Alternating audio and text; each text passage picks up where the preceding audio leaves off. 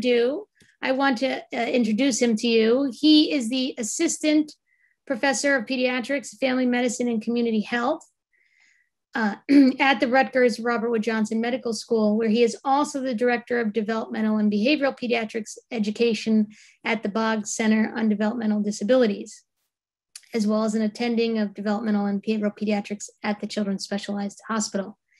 His work focuses on promoting optimal developmental outcomes for vulnerable children and making the health system more responsive to their needs. He uses quantitative, qualitative, and community-based participatory research methods to ask policy-relevant research questions, as well as to propose and test sustainable solutions to real-world problems impacting children and their families. And he partners with key stakeholders, including parents, community leaders, health professionals, and policymakers in all stages of this work. He is the paradigm of a health services researcher in all of that. That's an outstanding description. And so without further ado, he's going to talk to us today about promoting equity in developmental health through primary care literacy promotion. And feel free, if you have questions, to unmute yourself or put them in the chat. Annie and I will be monitoring that. So Dr. Jimenez, please take the floor. It's all yours. Thank you so much. It's so exciting to be here. Actually, and I guess virtual is the only way I'm allowed, having been a resident. I don't know if I'm allowed back in the building. So I'll speak about some of the work that we've been doing over the past 5 or 6 years here in New Jersey around equity issues in developmental health.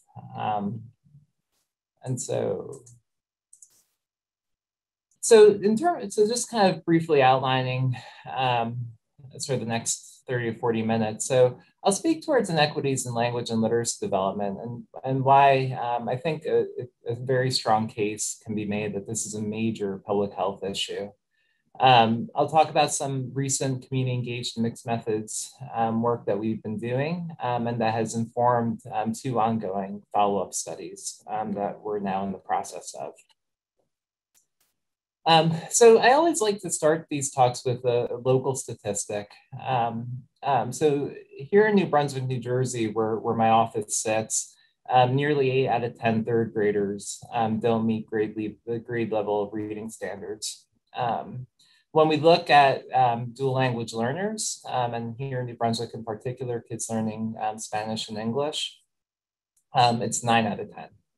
And unfortunately, if you look at other big cities in New Jersey, the statistics are similar. If you look around the country, again, very similar statistics. And so these disparities begin from the earliest stages. And so this slide summarizes work by Hart and Risley, 2 educators who actually went into the homes of children and counted the number of words that kids were exposed to. Stratified by income levels. And what they found was that kids from low income backgrounds were exposed to thousands of less words on a given day compared to kids from high income backgrounds. When you extrapolate out across the first 5 years of the child's life, that's where the term the 30 million word gap comes from. And so differences in tens of millions of words that kids are exposed to based on income. And so I'll now shift towards making both the case from a developmental perspective and then also a more sort of public health oriented perspective about why this matters so much. So when we think about the key predictors of language acquisition, these sort of 6 principles hold, whether we're talking about learning one language or more than one language. And so children hear what they hear the most. And so if kids aren't being exposed to language on a daily basis, it's going to be hard for them to acquire. Also, quality counts, right? So ensuring that when we're holding children's attention to things and events that interest them, which can facilitate learning, along with providing interactive and responsive contexts. And this really kind of is oriented around the caregiver. So responsive, interactive experiences with the caregiver can enhance language acquisition. Meaningful contexts, diverse words and language structures, which we'll come back to in a couple of slides, are also very important, as are sort of vocabulary and grammar development occurring in the reciprocal process. From a public health perspective, one of the strongest predictors of school readiness is early oral language skills. And school readiness is an upstream determinant of health. So how you do in kindergarten is going to predict how you do in the rest of your academic career. It predicts key health indicators like obesity, health risk behaviors. It also is a strong predictor of other indicators of wellness, like college attendance, earnings, retirement savings, things that have major implications from wellness. And so from the perspective of a health and wellness perspective, this is something that I would argue as pediatricians and child health professionals that we should be very concerned about. When we think about activities that can actually encourage language development and literacy development, shared reading is one of the most powerful activities that we can engage in. So shared reading is strongly associated with exposing children to more complex and vocabulary and language structures. So coming back to those sort of 6 principles of language acquisition. It's tied to receptive and expressive language development. More recent work has also tied it to enhanced social emotional outcomes for children. And work by our team and others has also tied it to influencing other parenting behaviors, like harsh parenting and encouraging other positive parenting interactions that can again be promoting of enhanced child outcomes. This picture, which comes from Reach Out and Read, I think illustrates why pediatricians are uniquely situated to actually promote school readiness and encourage shared reading specifically. And so as pediatricians and pediatric clinicians, we have an opportunity to see children in primary care up to 12 times just for wellness visits in the first 3 years of life. We have frequent contact with children. We have near universal contact with children. And in many cases, we're able to build off established relationships between the parent and the child and the clinician. In our own work, we've seen and parents have shared how much they value the pediatric clinician's perspective on issues around child development, school readiness. And so back in the late 80s, 2 visionary clinicians saw the opportunity to leverage primary care to promote shared reading. And so Robert Needleman and Barry Zuckerman started the Reach Out and Read program in one clinic in Boston. And this program has now spread to over 6,000 clinics nationwide, reaching nearly a quarter of kids who live in poverty. And the model is quite simple, yet eloquent. So it consists of pediatricians distributing age and child language appropriate books, encouraging families to read together, and then creating literacy-rich environments. And this intervention has been associated with improved language outcomes, increased shared reading between parents and children. And this has been replicated in dozens of studies. And so when we think about evidence-based things that we can do in primary care, Reach Out and Read actually has one of the strongest evidence bases. But even the best interventions can be further enhanced. And so in particularly for literacy promotion can be enhanced for Latino families. And so when we look at when Latino families are asked about shared reading, they're more likely to have heard advice to read with their child, but are still less likely to engage in this behavior. And then reflective of the extent of the disparities, even after participating in Reach Out and Read, children continue to have language development scores that are substantively below age typical norms. And so, when you look at some of the sort of early papers like the Mendelsohn paper and Sharif paper that looked at the impact of reach on read, the kids were still scoring about a standard deviation below norms on receptive and expressive language skills. Other work has also documented how kids continue to be at risk for reading problems prior to kindergarten entry. And so over the past 6 years or so, we've been doing work to try to enhance reach on read for Latino families in particular. And so I'll share one study that was supported by the Robert Wood Johnson Foundation, Harold Amos Medical Faculty Development Program that we just finished up. And then also, as I mentioned, sort of illustrate how that kind of led to our ongoing work now. But so in this study, we used a community-engaged intervention development process. We then conducted an effectiveness implementation hybrid type 1 randomized trial, and then conducted follow-up caregiver interviews. And so I'll go into each of these elements briefly. So our CTSA, our Community Engagement Core, has been really thinking about how we can meaningfully engage stakeholders in research. One of the approaches that we used for this project was actually to leverage qualitative methods in order to do that. And so we used a series of ethnographic interviews with community leader to prepare ourselves for in-depth interviews with parents from the group that we wanted to work with. And then that led to, as I mentioned, the development of the initial intervention, which we then refined further.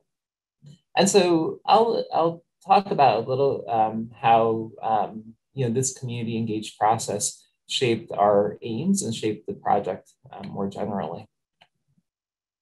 So we started actually using ethnographic methods, and so in particular interviews, and as they were described by James Bradley in the late 70s. And so this involves intense repeated contact with the key informant. In our case, it was a daycare center director who has lived in New Brunswick for actually now over 50 years, and had just a real pulse on sort of the landscape of the city, how it's changed over the years, the political context, the cultural context, which was incredibly helpful in terms of thinking about an intervention that's meant to support families.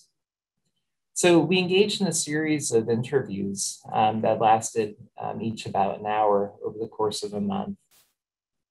And as I mentioned, the impact of these interviews really went beyond just sort of informing an interview guide or superficially sort of checking off a box about stakeholder engagement. I mean, this actually really shaped what we did. And so this slide just illustrates some of the ways that happened. So, especially in that formative phase, one of the things that we were interested is, again, thinking about literacy promotion intervention. How do we encourage families to read more together? This series of interviews and the stakeholders' perspective really forced us to sort of take a broader look and to really think about shared reading as being one activity really nested within parenting more broadly. And so while it sounds like sort of a semantic difference, it truly is sort of really shifts sort of the focus of the work. When we were then engaging with parents directly, we really kind of stepped, one step higher from thinking about focusing on shared reading to thinking first, how do parents connect with their children, right? And thinking about, why are we encouraged shared reading in the first place? It also informed our analyses, and then I'll share a little bit more about how it influenced our intervention. But, suffice to say that, again, we really kind of stopped thinking about this just as sort of shared reading and really started to think about parenting and parent-child relationships and connections more broadly, and how do we sort of leverage the clinician-parent relationship in order to do that? The next step was then to go to parents directly. And so we engaged in a series of one-time in-depth interviews with the parents. Again, our focus was on Latino families, mostly with limited English proficiency. And so I'll share a few of the themes that we identified in these interviews because they directly informed the intervention. And so all the participants described activities that promote early learning, even if they weren't reading regularly. Parents already sort of recognized the importance of shared reading, but reported multiple barriers. And so this actually, this was a little bit in sort of, there was tension here in terms of sort of the literature compared to what we were hearing from families. I think there was sort of a preponderance of sort of thought that if we tell families that something's important, they'll do it. And what we heard from families is that they already realized that this was important. There were other things that were getting in the way.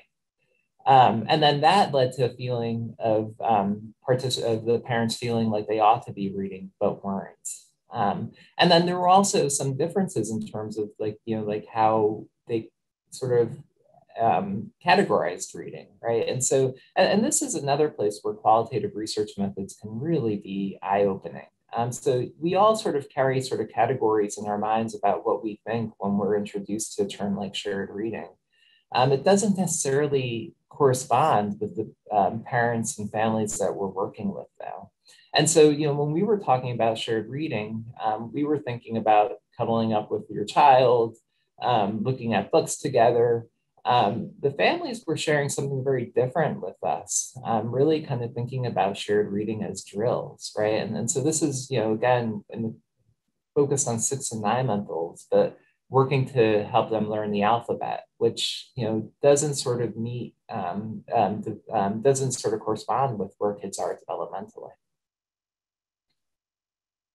And so this led to the development of our enhancement strategy. And so we developed the video and text messages that could amplify the reach on read message. And so reach families outside of the office. And provide reminders and motivators to help them engage in an activity that they already identified as important. We took the themes from the in-depth interviews and embedded them in the video and in the text messages. And so the video had parents, local parents who were reflecting on their experiences reading with kids, talking about some of the barriers that the families had talked about, and then how they addressed those barriers or overcame them or coped with them. And then the text messages were a series of motivating messages, reminders, and then examples that directly addressed the barriers that they had reported. So in other words, for a barrier like time, encouraging families to take a book with them when they're waiting for the bus or waiting for transportation. And so I'll talk a little bit more about this.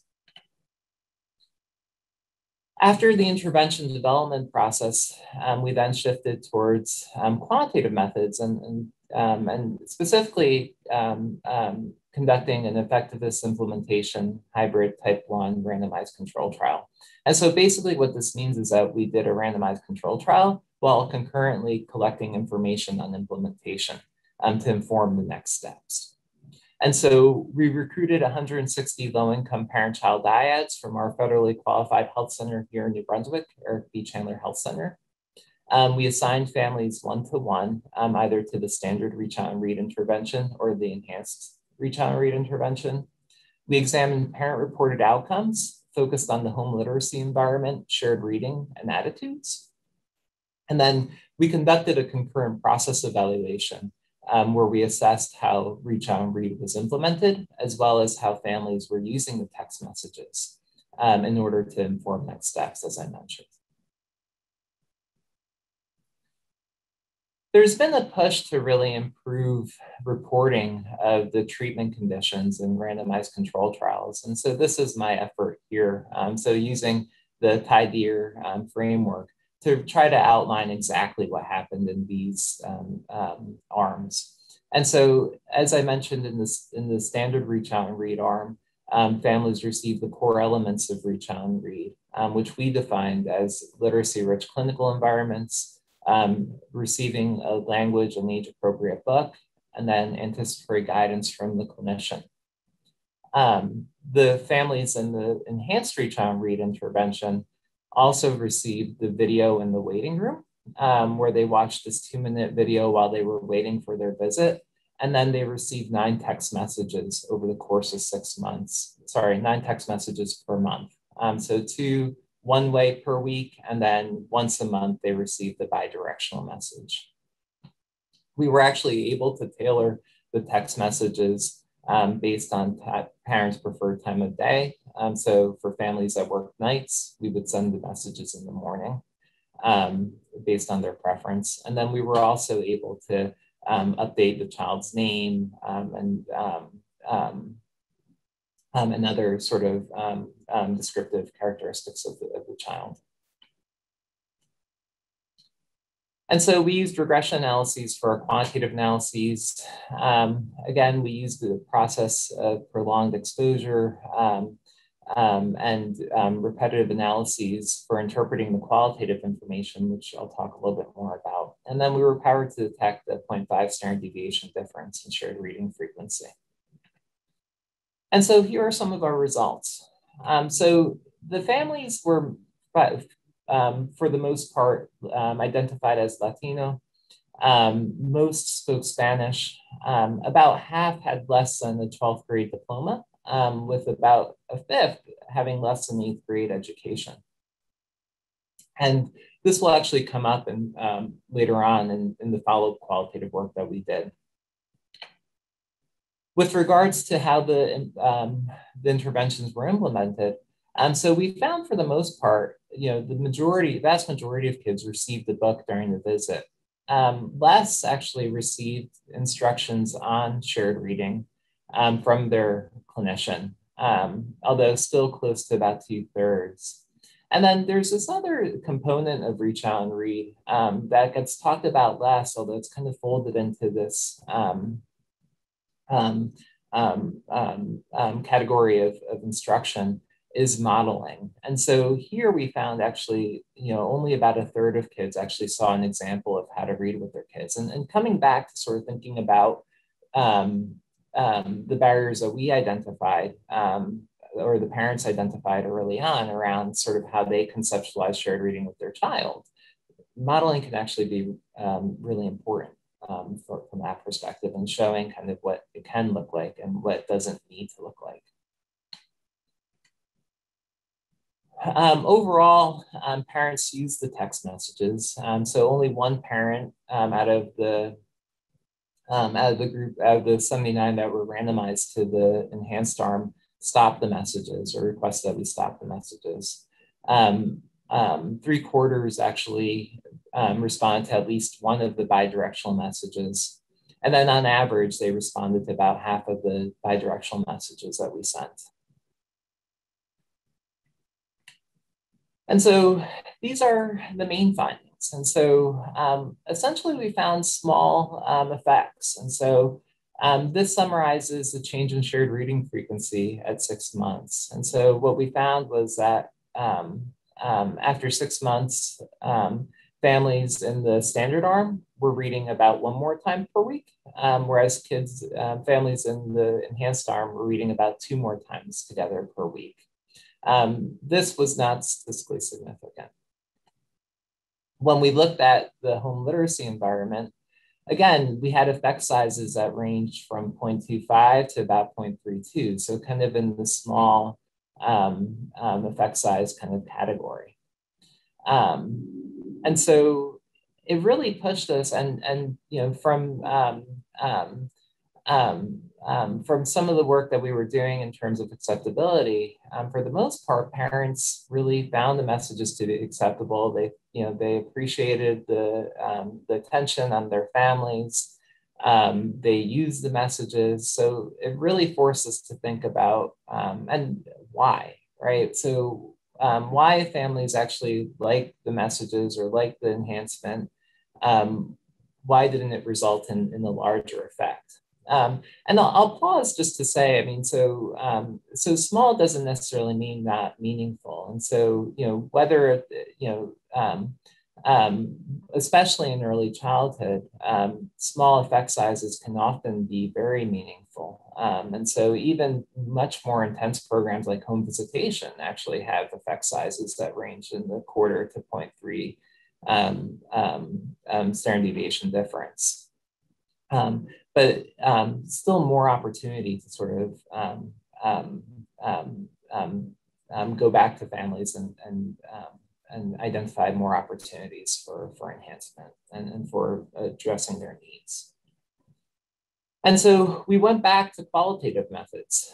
And so we conducted in-depth interviews with 36 participants in the randomized control trial. And so these were kind of the key barriers that we heard. So first, stressors related to poverty can take precedence over parent literacy activities. And so here I'll just read this quote. So sometimes, I'm weak, I'm homeless, I have a lot of things going on. So sometimes even if I want to read, either I'm not in the mood because either I'm depressed or it's just I have too much going on right now. And so again, recognizing the importance of language and literacy promoting activities, but just being overwhelmed in terms of the broader context of everything else that's going on. Coming back to the issue of education. And so parents felt that their literacy skills and their limited English proficiency prevented them from engaging in more shared reading. So I read him the little bit that I know because I don't know how to read well. And so this presented, as I mentioned, an opportunity to go back and to think about how we can even enhance literacy promotion further for families. And so this led to sort of really kind of pushing us in terms of thinking of our conceptual model, right? And so we started off with this kind of very simple sort of idea of how things worked, right? So reach out and read would, the clinician would provide advice. It would shape the way parents think about the benefits of shared reading, perhaps the child's susceptibility to poor school readiness, which would then lead to parent literacy activities. Our qualitative work really pushed us to think about the intention to behavior gap that exists. And that's where the text messages came in. Now we were hearing from families about everything else that's going on. And so it really pushed us to really think about how do we not think of primary care literacy promotion in isolation, but to really work at encouraging collaboration and nesting primary care's efforts within what's already happening in the community.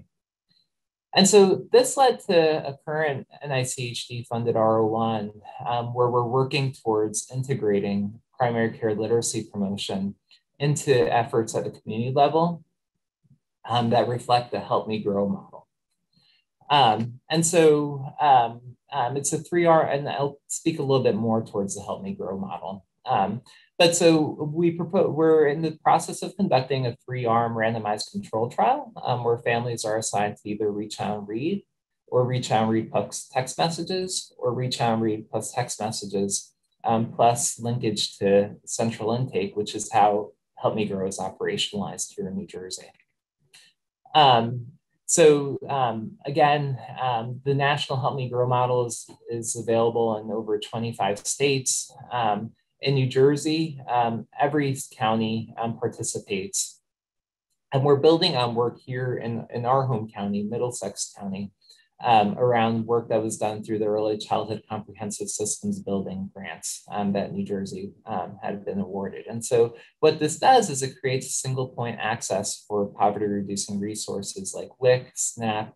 It provides case management services to allow families to link to these services.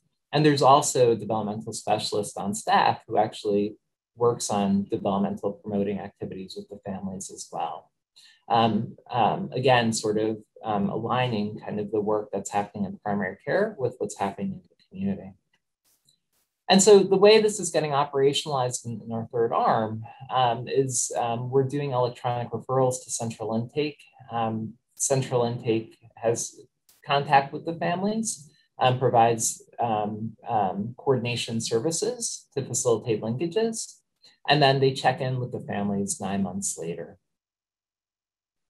And so our study has 3 aims to assess the relative efficacy of these 3 approaches of literacy promotion on parenting outcomes and child language and social emotional skill acquisition, again, focused on low-income Latino families. And then we'll examine underlying mechanisms of the interventions. And we're also conducting a mixed methods process evaluation to understand how these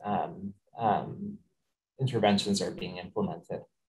And so we're recruiting 630 parent-child dyads. So far, we've recruited 141. We're actually just about to start our first round of outcome our 9-month outcome assessments in August. It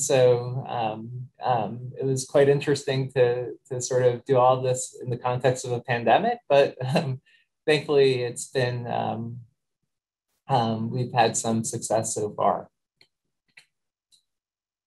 And then just briefly, I want to talk about the other key barrier that we identified. So families mentioning their own concerns around their English proficiency and literacy skills. And so here we actually partnered with our colleagues at the Graduate School of Education and with a linguist in our Department of World Languages to develop a family wellness and literacy program for children who are entering kindergarten. And so it's specifically designed for Latino dual language learners. And what we do is actually use Bright Futures prioritized health topics like nutrition, physical activity, sleep, which are inherently important to school readiness themselves, which families are already engaging in established routines like label reading, singing songs before bedtime or lullabies, and using those routines to help families discover literacy promoting activities that are embedded, as well as encouraging them to take on new activities like shared reading. We use health-themed books that can kind of help introduce children to these topics, as well as try to unpack some of the insights that neuroscience brings to learning. And so this is our 3rd year running this program for families. It consists of 8 parent-child workshops that are bilingual. Importantly, we introduce the skills in both languages, Spanish and English, so that we encourage maintenance of kids' heritage language, which too often we see kids lose as they enter into preschool and school more formally. And so, as I mentioned, this is our 3rd year actually running the program, and we're in the process of evaluating it, and hopefully we'll have more to sort of share on outcomes with this program. So I just want to briefly thank our team, which without their help and support, none of this would happen, as well as our funders and of course the participants. And now I'd love to address any questions if we have time.